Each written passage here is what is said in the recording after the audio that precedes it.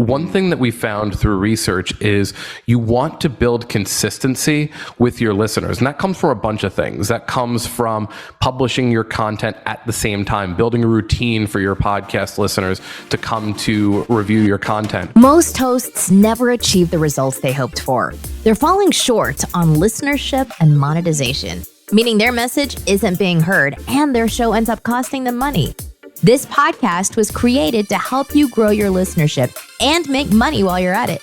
Get ready to take notes. Here's your host, Adam Adams. What's up, podcaster? It is Adam A. Adams, and the podcast on podcasting is here for you to help you become a better podcaster. And actually, I've got a great guest today, John.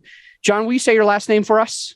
Yep, my last name is John Kiernan. Well, first and last, Kiernan. John Kiernan. Kiernan. Yes, Kiernan. So we got John Kiernan, and what's kind of cool is he actually works for one of the big companies that supports podcasters. He's got a pretty cool role there doing marketing, customer relations, helping people that work with his company to have success. And then there's a piece of his bio that I kind of want to start out with for the first question, and it's showing that one of the things that John does is he basically reviews market data, trends, and tries to figure out in client discovery, how are we going to be able to retain listeners, create an effective marketing strategy to grow a podcast?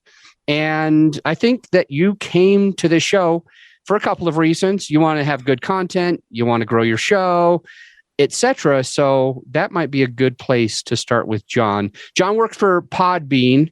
And truth is that it's one of the three companies that my company recommends. So I support podcasters to help you launch and grow a podcast.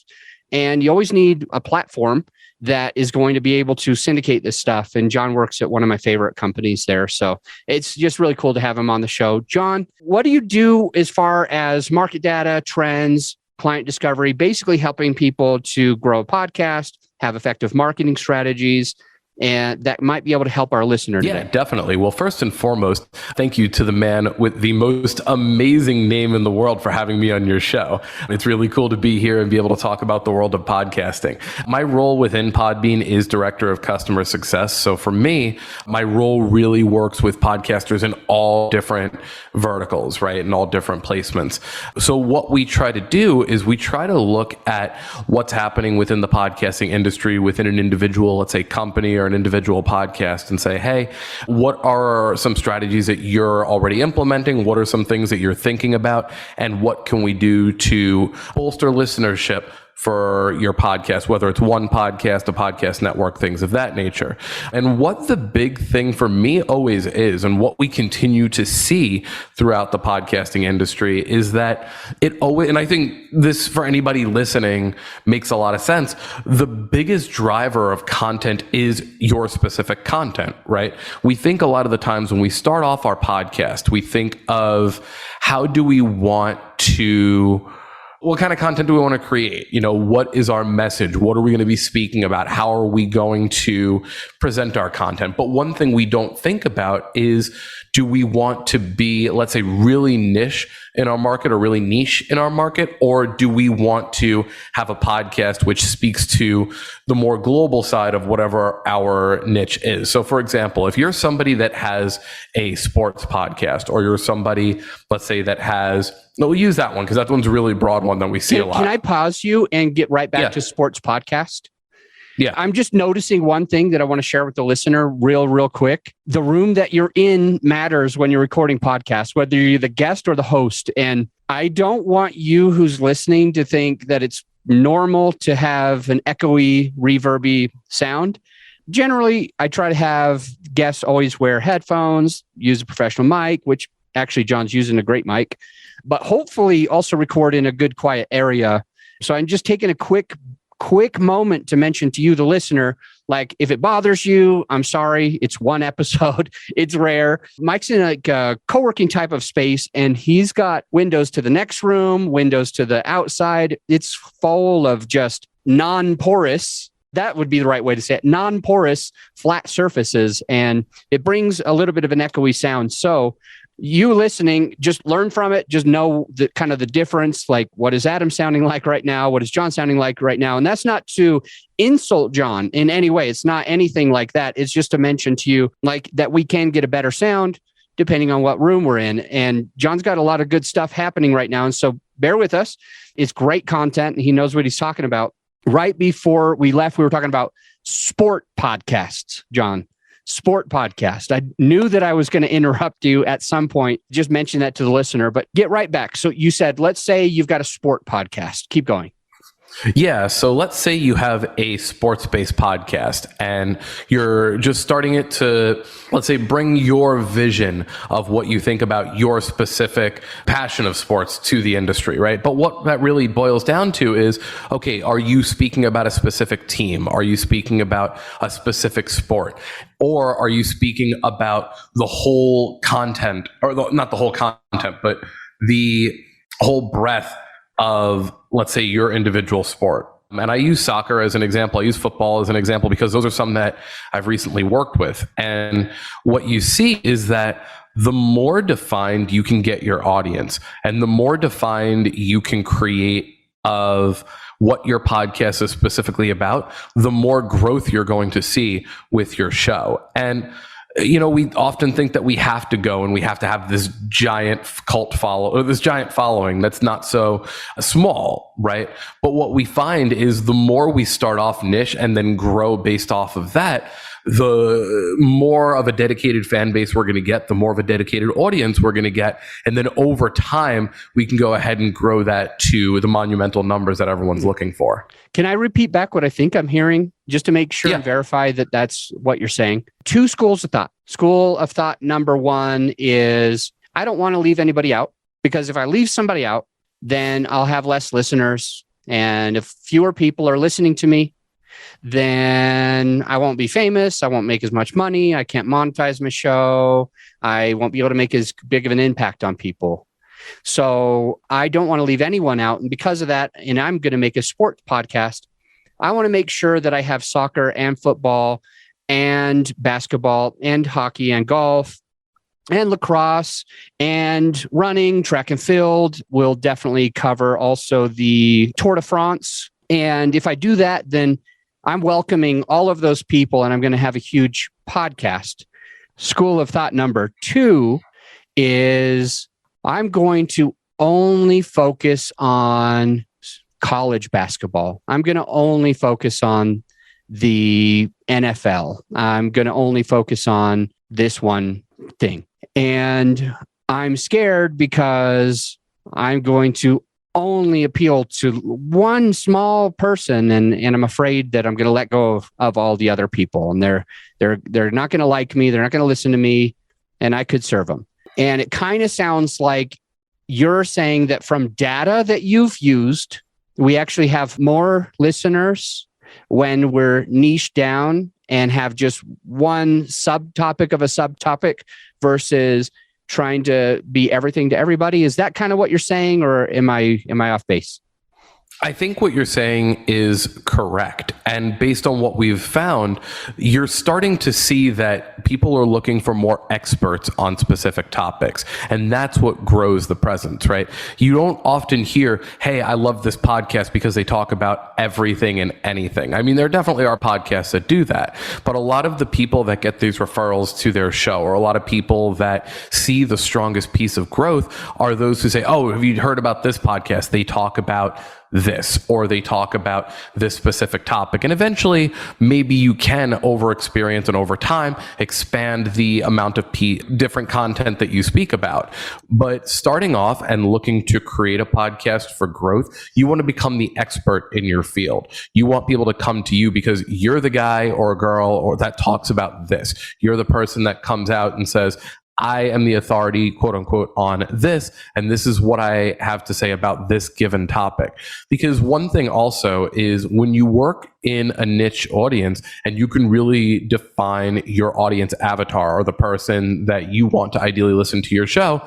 Those are the ones that you're going to create fanatical fans of, the ones that are going to then go out and preach about your show, the ones that are going to refer their friends to listen to your show.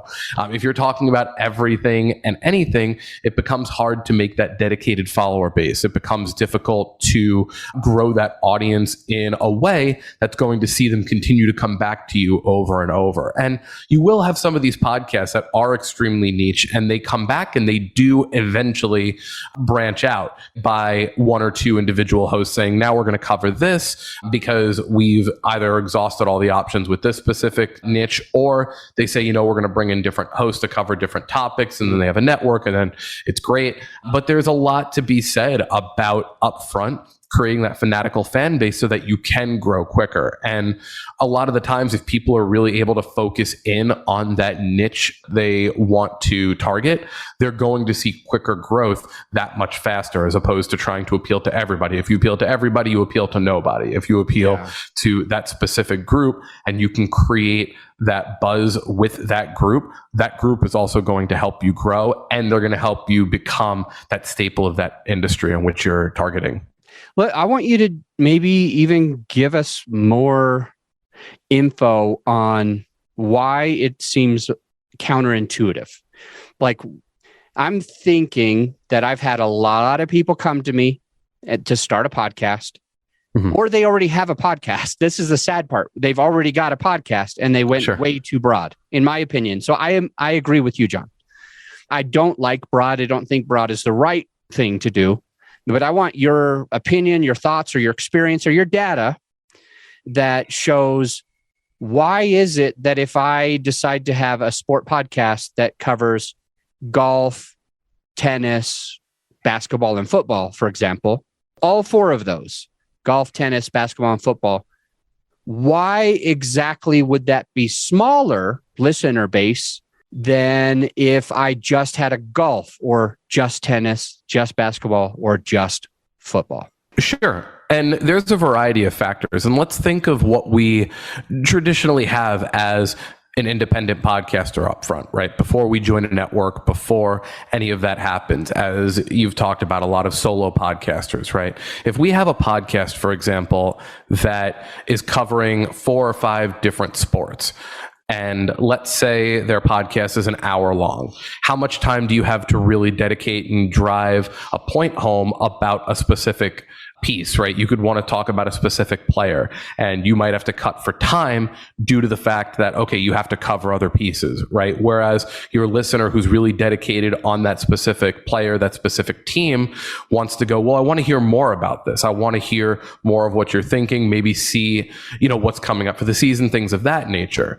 And there's a lot of different pieces to that. I think that from what we've seen, the more detailed you can get, the more content you can put out about that specific topic, the more of an authority you become. And as people start seeing you as the authority, that's what brings people in to your ecosystem. And to your point about what's advantageous about, let's say, for example, having just that niche as opposed to the broad audience, the way that you frame your podcast, even something as small as optimizing your titles and optimizing your descriptions, you can really do a lot of great work when you optimize those keywords, as opposed to, okay, thanks for checking out my sports, football, soccer, baseball, tennis podcast, where you have this just extremely long keyword stuffed biography, right? It gives you the ability to make sure that anything that you put in those are optimized. It makes sure that when you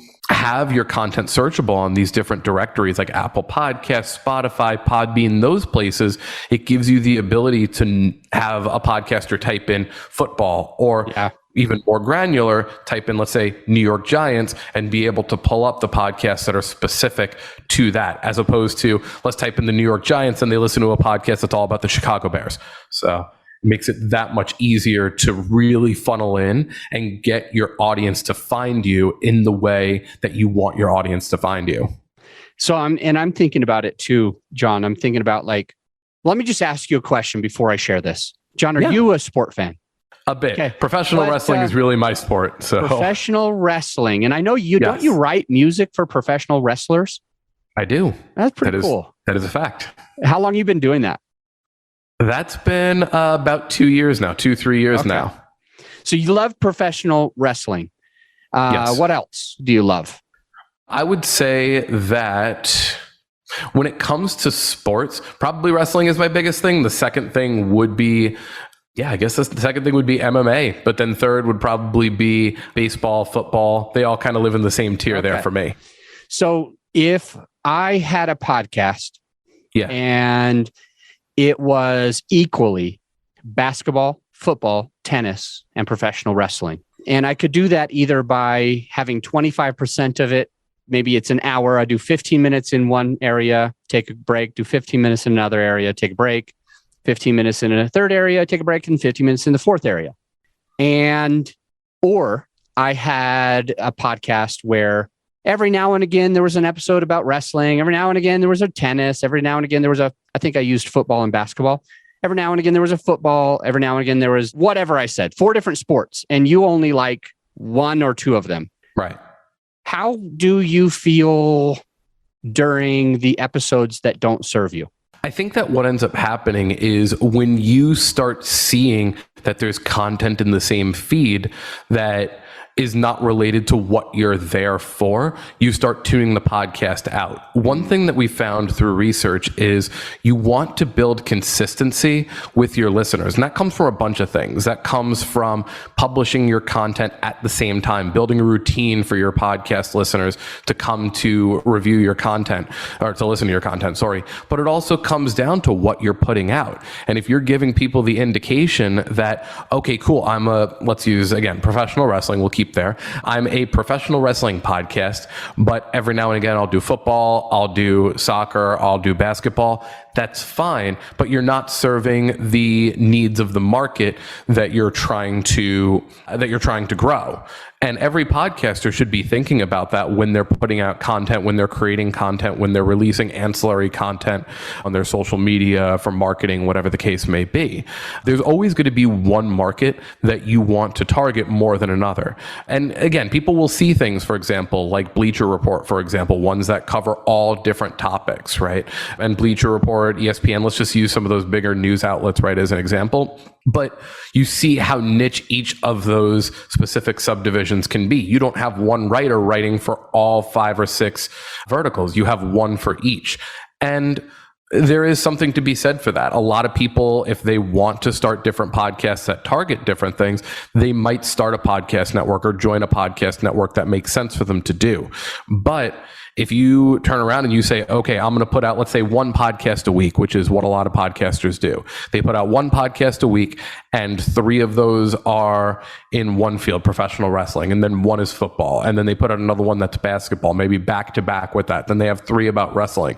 What you're doing is you're starting to break apart that audience that you've built up in that specific vertical. So the thing is, if you are considering starting to, let's say, review other things, a lot of the times the podcasters that have most success with jumping outside of that niche market are ones that have been around for a while, ones that already have a dedicated fan base for one specific niche. And then they turn around and they say, you know what, maybe I've been around for a couple of years. Maybe I have the listenership in this vertical that I want. So let's go ahead and bring in another one. And what we'll do is we'll create a separate channel for it, or we'll just let the listeners know to expect this behavior. Maybe if I'm releasing 4 episodes every month, maybe I'll let them know that on a Friday I'm doing this, but then on Tuesdays I'm starting to release this kind of podcast. It could still, in my opinion, make the most sense to separate them into their own podcast as opposed to still having them in one place.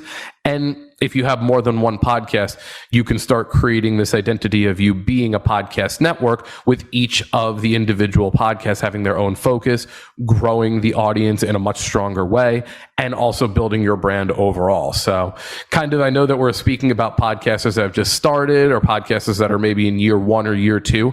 The focus up front should always be on that smaller niche audience to grow your visibility. And then if you decide later on, look, we've all got different passions out there.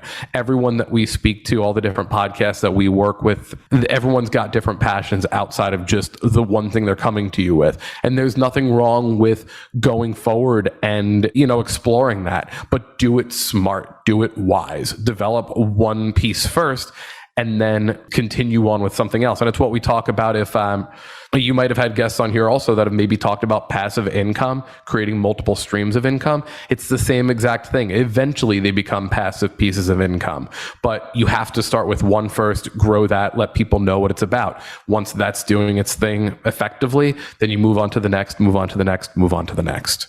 Yeah. I was just having, it's called a discovery call. Sometimes one of my listener will decide, hey, I'm going to call Adam. I'm going to schedule a call. So then I get on a 30-minute call that just sees if we work together or not. So I had one of these a week or two ago. We're recording this just after the new year, and it was right around Christmas time that I remember having this conversation.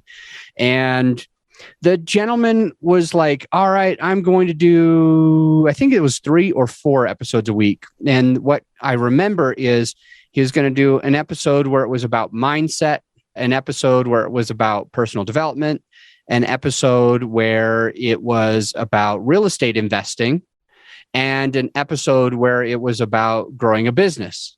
And I pooped the idea, absolutely, like harshly. And it's not that I had never heard anyone want to do it like that. It's the thought of, I said, who are you serving? And they're like, right. Well, here's the 4 people that I want to serve. I want to serve this one guy. His name is John. He's an avatar, a different John, obviously. I'm serving this one guy. His name's John. He's an avatar of mine. And he really is ready to do all this, but his mindset's not right. And so I want to help him. And I've got this other avatar that is a real estate investor, wants to grow their real estate portfolio. And I can help because I do real estate investing.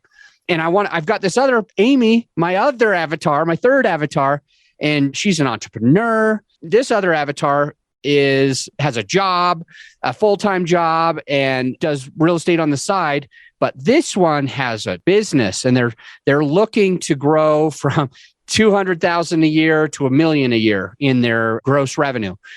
And I can really help them because I'm at $1 million. And he keeps going on. And it's not like it's not helpful. It's not like you're doing a horrible job. The only problem is some people want basketball. Some people want hockey. Some people want wrestling. Some people want football, tennis, or golf. And very few people want all 4. Very few people want all 4. And if they come to your podcast and they hear like an episode that it's about a sport, like you, John, you love wrestling. Your number 2 was MMA. Number 3, I think, was like baseball. And then you said another sport. If it was football, hockey, and wrestling, it would be hard for you to listen because like 2/3 of the time, you'd be like, this podcast isn't really for me. Like, sure, I like that one episode, but you don't have a fan from John when we're trying to serve too many people. And that's kind of like what I hear you saying. It's like this one guy that was a real estate investor, helping passive investors, helping entrepreneurs, and helping people that were already doing it, but need to grow their mindset to think bigger or whatever. Like, bro, who are you serving? And he's like, these 4 people. Like, you can't serve those 4 people. You could serve 1 or 2. Right. And the thing with podcasting also is, and this is something that it really does speak to what the medium does.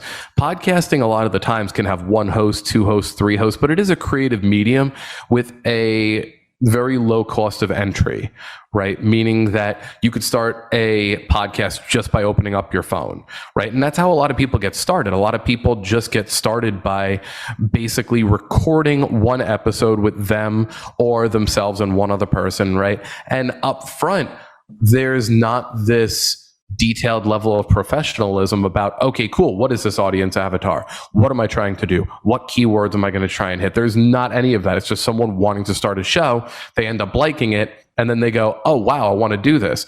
And what ends up happening at that point is it starts off with how most of us just have a general conversation, right? Most people don't just have in their average life one conversation, right? They just kind of riff. They hear what the other person says. Sometimes then all of a sudden you're talking about podcasting. Next you're talking about birds and aviary pieces, right? And it's just like, that's how conversations work. But when you're starting to put out a product that you want to grow, that is a bit of a difficult strategy to grow in unless you are already a name in a given field and people are not just coming to hear the content, but they're coming to hear you. Because that's a very different piece of it. We have people that have come to us and said, hey, my name is X and I want to start a show, a podcast. What's it going to be about? Oh, it's just going to be me riffing with friends and bringing on special guests and things like that. Sure, that is an effective strategy. But most of those people already have a name in another industry, let's say. And then, they're just moving the traffic from that industry into their it's specific an effective place. strategy. Effective. It works for some people, but it's hard to begin that way. That's what you're saying, right? Exactly. Okay. I wanted to clarify that. It's hard to be a beginner just shooting the shit. Exactly. Yeah. It's one of those things that if you start off, the way I like to put it is if you think about, for example, a Joe Rogan, right? Think about his show. Everybody loves his show because he has these long conversations, these 3-hour conversations with some of the most interesting groups of people you've ever come in contact with. But the thing is, who was Joe Rogan before his show? He was a comedian. He was the MMA guy. He was the not color commentary. He was on the commentary and he was on Fear Factor. So we already had all of these different channels that he was working in already, that then when he started a podcast, he already had lots of people coming on that also had name value, that he could just sit around and just shoot the breeze for however long, and people wanted to hear just those people shoot the breeze. But he was already bringing in that audience. Then over time, you bring in all these other interesting people from, politicians to musicians to people in different verticals and industries, and you have a recipe for what that's not everybody. Not everybody already has name recognition. So what you have to do, and what is an effective strategy, is really telling people, this is what my show is about, and here's what you can expect from my show. Setting expectations has also been huge. Even something like a trailer that you can put out. Hey, here's my show. Here's what you can expect from it. A lot of people, when they come up front, they go, well, people are just going to click on the first episode they hear. Sometimes not. We all have lots of things that we do in our day. You had just said before this, you would come right from the gym. For me, I was telling you about the crazy life that I lead outside of the microphone here. And so, we only have so many hours in a day. You want to make it really easy for people to know what you're about, know who you are, and know what to expect. Sometimes, someone only has a 30-second elevator pitch or a minute of a trailer. So why try to tell them, I do this, I do this, I do this, I do this. I used to use this from my time in music too. When I was first starting in music and playing in bands when I was a wee young lad, as we say, we thought that, being completely naive, we should just try to play every single style. And if someone asked us, okay, what style was your band? Instead of saying like progressive metal, we would say, well, we do some jazz stuff. I mean, we have some classical elements, or like if you like Yes, you'll like us. But if you like Protest the Hero, you'll like us too. If you like Behemoth, if you like, and eventually you lose the person. If you like Mozart, you'll love us. Exactly. Yeah. Anywhere between Yes, Mozart and P. Diddy, right? So it's kind of like when you do that, you don't give people a clear vision of what you are, and also it makes you seem like you're all over the place too. That was the coolest analogy anyone's ever shared on this podcast. Thank you, and I'll probably use that in the future. I've got 3 questions queued up for you, John. The first one is about Podbean. The second, and that's going to lead into the next question that I'm really excited about optimizing keywords. And then my final question is just best advice for our listener today. It's going to be short and sweet, punchy questions. But first, a quick word from our sponsor. We'll be right back. Hey, my friend, as you know, this episode is sponsored by my company, GrowYourShow.com. We want you to be able to have the best tools at your disposal without costing you a whole arm and a leg. So right now you can get a free list of vetted equipment that like mics, mixers, webcams, sound treatment, editing software, everything that you need. I created the whole PDF with direct purchase links just to save you time and money, to help it be more convenient for you. So this free PDF will help you skip all the guesswork.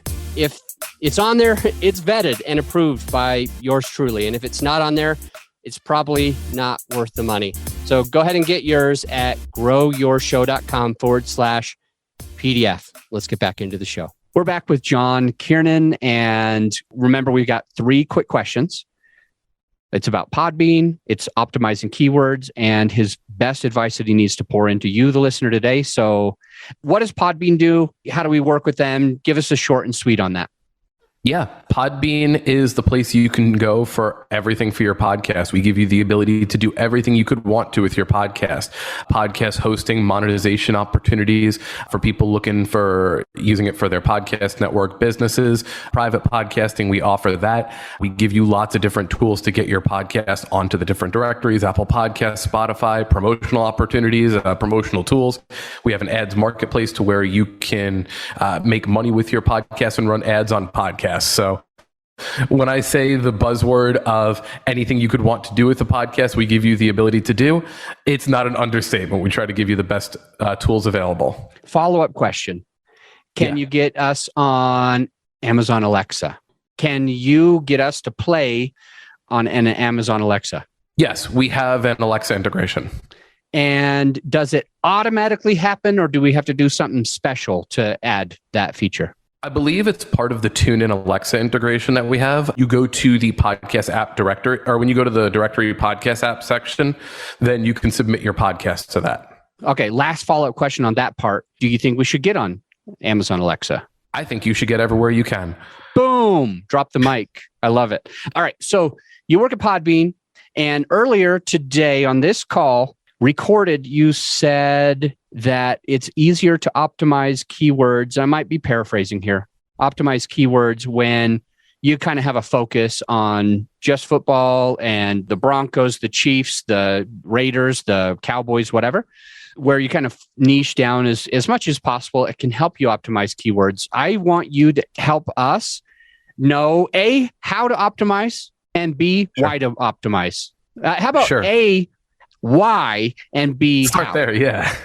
Why and how? Yeah, why to optimize? The best thing I can tell you on why you need to optimize is people are going to find your show way easier, and you're going to have much more discoverability with your show on the directories and on Google and on all those places if you take the time to optimize your titles and descriptions. Otherwise, you could just be a podcast in the sea of podcasts even in your niche market. But how do you do that? One thing I'll tell you that is pivotal, and one thing I always recommend any podcaster to do, look at podcasts that are in your specific niche and in your market. Look at some of the titles and descriptions that come up when you type in that. So for example, Chicago Bears, go to Spotify, go to Apple, type in Chicago Bears, see what comes up, and look at how they're framing their titles, look at how they're framing their descriptions, look at how they're doing all that. And you can take the way that they frame it, and you can use that as research to inform your own SEO and your own titles and your own descriptions. Being able to do that research up front, it's a little bit of work that you got to do up front, but it's going to be invaluable, and you will see a noticeable difference in searchability. Okay. Optimize your effing keywords, because, as John said, otherwise you can just be a podcast in a sea of podcasts. Is there any other how-to, like, is there any other specifics of what we're going to do to be good at optimizing that we missed? There are lots of different tools that you can use. One that's powerful, there's Semrush, there's Moz Pro that you can use. So there are definitely some. Will you type those out, Semrush and Moz Pro? So, because I want to make sure that they are in our show notes as well. Sure. Because what we always do in our show notes, and this is great for the listener to do for their podcast as well, we always put those resources in. And I go a step further. I try to get an affiliate relationship with Semrush, SEMRUSH, and I try to be an affiliate for MOZ. And that way it's supportive to the listener because they can just scroll down and just click. And it could be supportive to the podcast to be able to stay afloat because it's making a little bit of income instead of taking money out of our pockets. Absolutely. So Semrush and MOZ, those will be in the description right now. Awesome. That'll help us to be able to optimize keywords. Now, the final question, dun, dun, dun. What's the best advice that you would ever give to a brand new podcaster that's listening today? Yeah. In general, love the content that you put out. The one thing I will say is that the one big reason why podcasters stop podcasting is because they fall out of love with podcasting for one reason or another. And I think that if you love the content you're putting out, your delivery of it, even if you're targeting, right, and boiling down into your niche market, I think the more you can find the joy in what you do, whether it's an hour podcast, a 15-minute, a 30-minute, whatever the case may be, if you love what you're doing, you're going to continue to do it. If you set benchmarks for yourself, whether they're low benchmarks, high benchmarks, whatever the case may be, and you love the content that you're doing, then you're always going to see success, whether you're getting one download or 100,000 downloads. Some podcasts that I've produced have gotten a lot of downloads. Some podcasts that I've produced have been for a very core audience, very internal.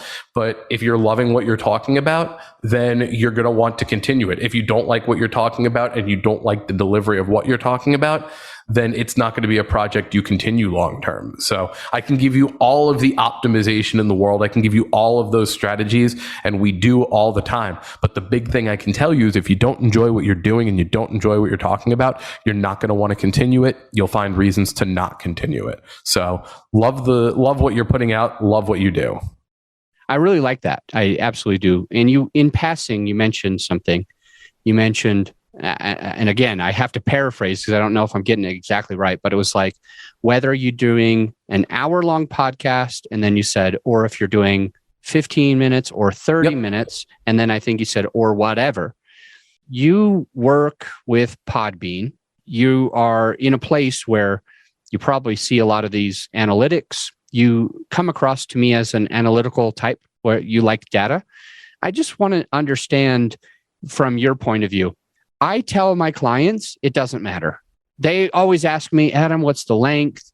I hear it needs to be 25 minutes. I hear it needs to be 35 minutes. My advice is always make it as long as it needs to be to have great content and deliverables, and be a little funny, be a little interesting, be a little whatever. People enjoy listening to it, and it gives them good value.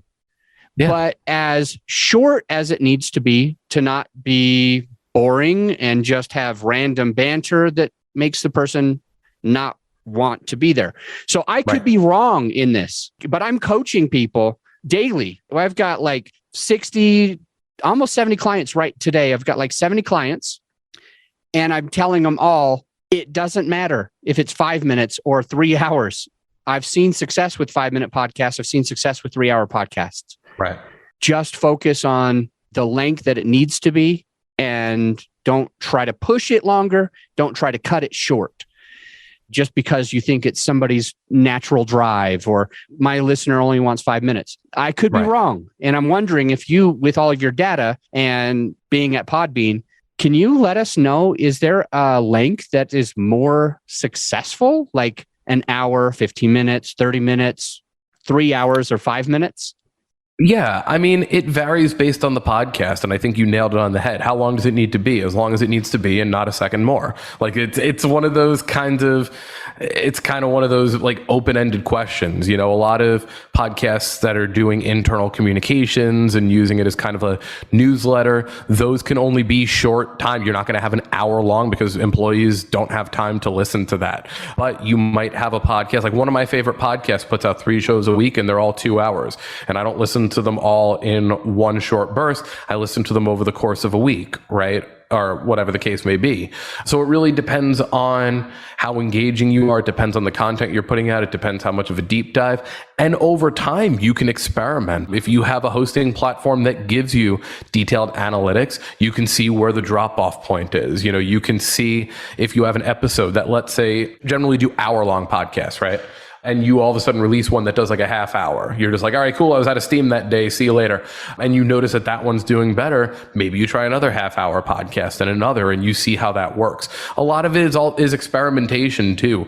Again, Joe Rogan being the biggest podcast out there does these 3-hour long podcasts. So people think that they have to do that. You don't. If the conversation's interesting and you can go for 3 hours, great. If the conversation is done in 20 minutes, then that's fine. But the one thing I will say is try to create a standard for how long your shows are over time. If you do decide to change the format, let your listeners know and try to do an experiment for, let's say, a couple months worth of time to A and B things, right? But don't have one episode that's 60, one that's 90, one that's 10, one that's 45, because then you're breaking that engagement that we talked about earlier. So that's a long-winded way to say it varies based on the podcast, and you should experiment to see what makes the most sense for you and what brings back the listeners most over time. All right. That was a great episode. Thank you, John. Really appreciate you jumping on the podcast. And we'll definitely link to you so people can connect with you, your company, and anything that you give us, it'll be in the show notes. So if you're listening, just scroll down. Everything is there and jump in, connect with John, connect with Podbean. It's a great, great company. It's one of 3 that my team absolutely loves. And again, in a sea of hosting platforms, they're not created equally. There's a bunch that are just crap. There's only 3 that I would even be willing to share with you. And one of them is Podbean. So we will see you on the next episode. Thank you, John. Bye for now. You got it. If you're glad that you checked out the podcast today, if you got some value out of this episode, some actionable takeaways, I invite you to do one of 3 things. A, you could do a written review on Apple. Let us know what you think. Just an honest written review. B, you could share the podcast with a friend of yours who needs it. Or C, at the very least, implement what you've learned to take your business and your podcast to the next level. And I'll see you on the next episode.